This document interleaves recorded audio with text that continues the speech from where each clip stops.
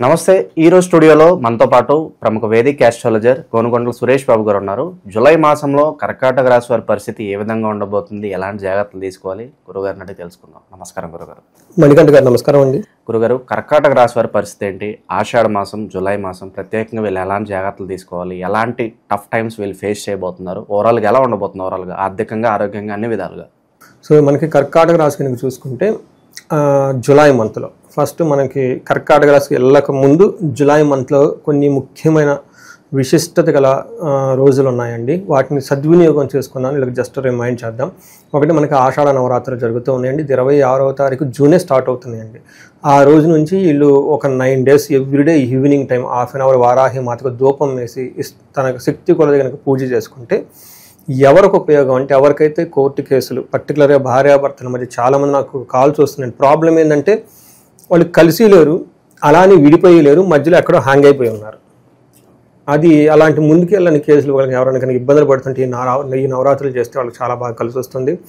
అంతేకాకుండా వీళ్ళకి గురు పూర్ణిమ రోజున జూలై 10th ఉంది. గురువులకి సంబంధించి ఎవరికైనా గురుగ్రహం సరిగా లేకపోయినా పర్టికులర్ వృశ్చిక రాశి వాళ్ళు ఎవరైనా ఉంటే కనుక వాళ్ళు ఈ పండుగ చేసుకుని చక్కగా గురు పూర్ణిమ రోజున గురువుల యొక్క ఆశీర్వాదం తీసుకుంటే గురువు ఇవ్వాల్సిన కారకత్వాలన్నీ వీళ్ళకి వచ్చేసి వృద్ధి చెందుతాయి.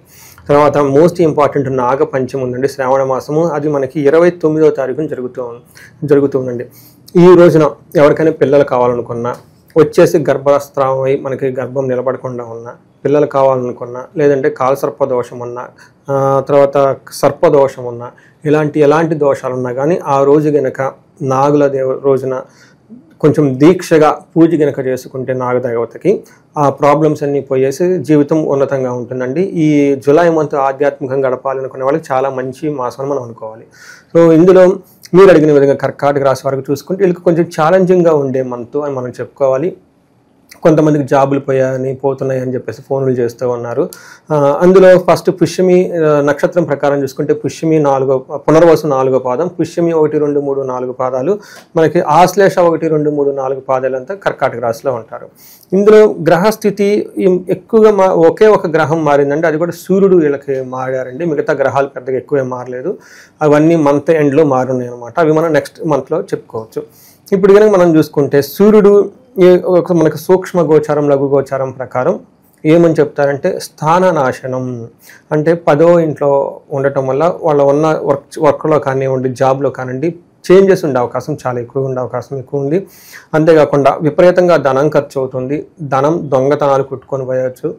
ధనం లాస్ అయ్యే అవకాశము చాలా ఎక్కువగా ఉంది. కుటుంబంలో గొడవలు విపరీతంగా వచ్చేస్తాయి.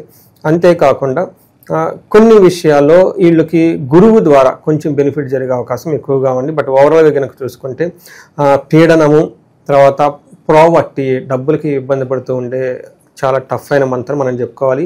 ఈ మంత్ వీళ్ళు కొంచెం జాగ్రత్తగా ఉండాలి. జూన్ మంత్లో కూడా మనం వీళ్ళు కొంచెం జాగ్రత్తగా ఉండాలని చెప్పుకున్నాము. బట్ అదేవిధంగా వీళ్ళకి జూలై మంత్ కూడా కొంచెం ప్రికాషన్స్ ఎక్కువగా తీసుకొని ఉండాలి. ఎందుకంటే మేజర్ గ్రహాలు కొంచెం వీళ్ళకి ఇబ్బంది పెట్టే పరిస్థితులు ఉన్నాయని మనం చెప్పుకోవాలి.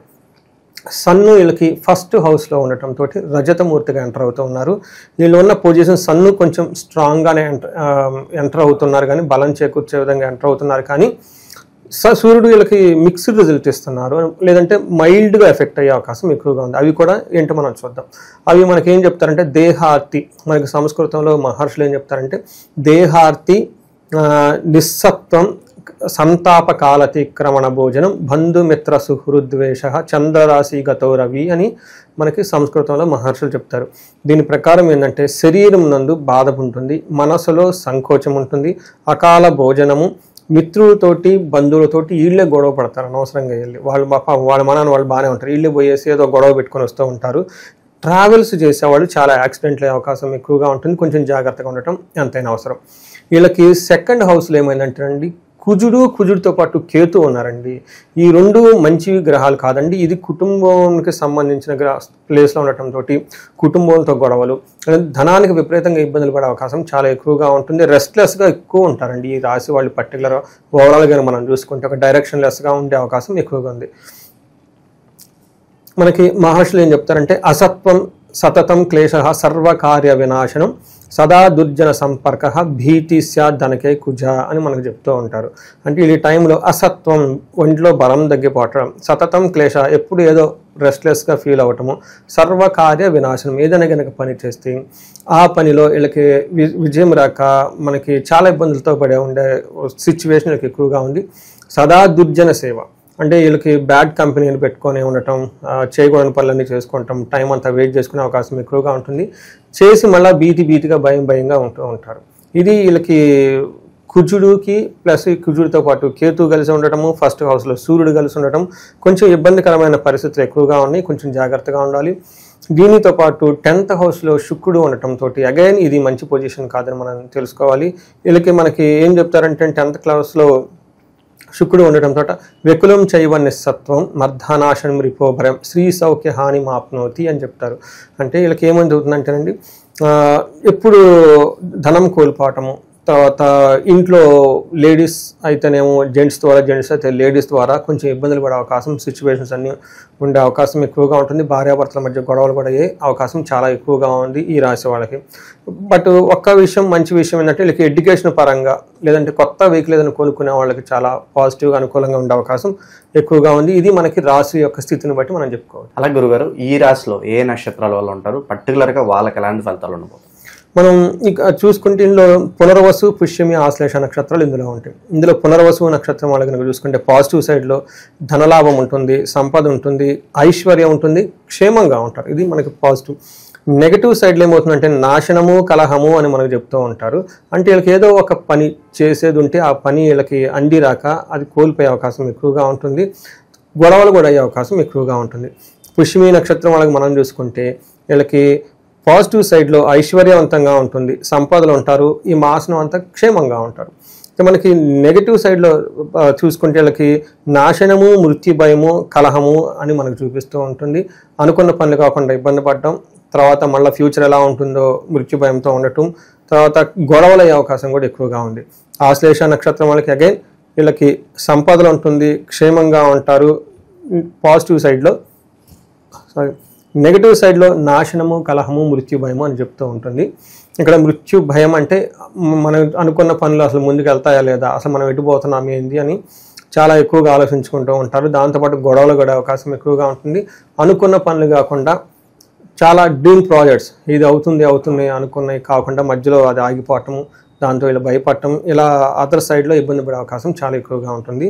ఇవి కాకుండా వీళ్ళకి పుష్యమి, పునర్వసు, ఆశ్లేష నక్షత్రం వాళ్ళకి కొంచెం లత్త అనేది ఎక్కువగా ఉంటుంది. వీళ్ళకి కొంచెం జాగ్రత్తగా ఉండాలి. ఎందుకంటే సూర్యుడు గమనం ఈ నక్షత్రం మీద నడుస్తూ ఉంది కాబట్టి ఎవరైనా హార్ట్ పేషెంట్స్ ఉంటే కొంచెం మార్నింగ్ లేగటం, యోగా చేసుకోవటం, తర్వాత వాకింగ్ చేసుకోవటం, తర్వాత ఫుడ్ విషయంలో కొంచెం జాగ్రత్తగా ఉండాలి.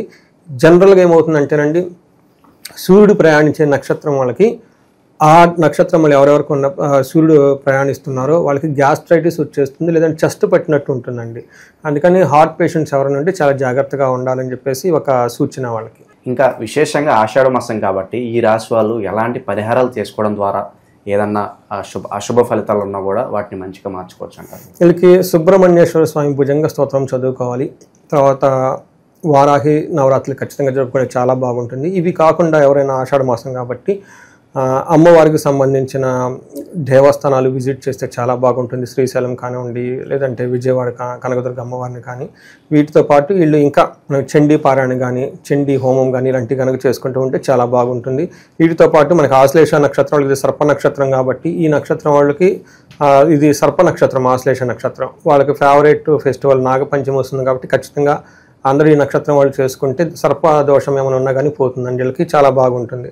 సో వీటితో పాటు ధనానికి ఎవరైనా కనుక భయపడుతూ అంటే ఇబ్బంది పడుతూ ఉంటే కుబేరు పాశుపత అభిషేకం, వీళ్ళకి మృత్యు భయం అని చూపిస్తూ ఉందండి, నాశనం అని చూపిస్తూ ఉంది. వీటికి ముందు ప్రికాషనరీగా మనము వాళ్ళకి మన్యు పాశుపత అభిషేకం చేయించుకున్నా కానివ్వండి, లేదంటే వీటితో పాటు సుదర్శన హోమం అని ఉంటుందండి. ఇది కూడా చాలా పవర్ఫుల్గా ఉంటుంది. ఉగ్రరూపమైన నరసింహస్వామికి సంబంధించిన మూల మంత్రంతో ఇది సుదర్శన పూజ జరుపుకున్నా కానీ, సుదర్శన హోమం జరుపుకున్నా కానీ చాలా బాగుంటుంది. సో ఈ ప్రకారం ఇవన్నీ చేసుకుంటే చాలా బాగుంటుందండి. ఓవరాల్గా ఈ రాశి వాళ్ళందరికీ కూడా జూలై మాసం ఏ విధంగా ఉండబోతుంది, ఎలాంటి జాగ్రత్తలు తీసుకోవాలి, మీ మాటలో చాలా బాగా వివరించారు. ధన్యవాదాలు. ధన్యవాదాలు.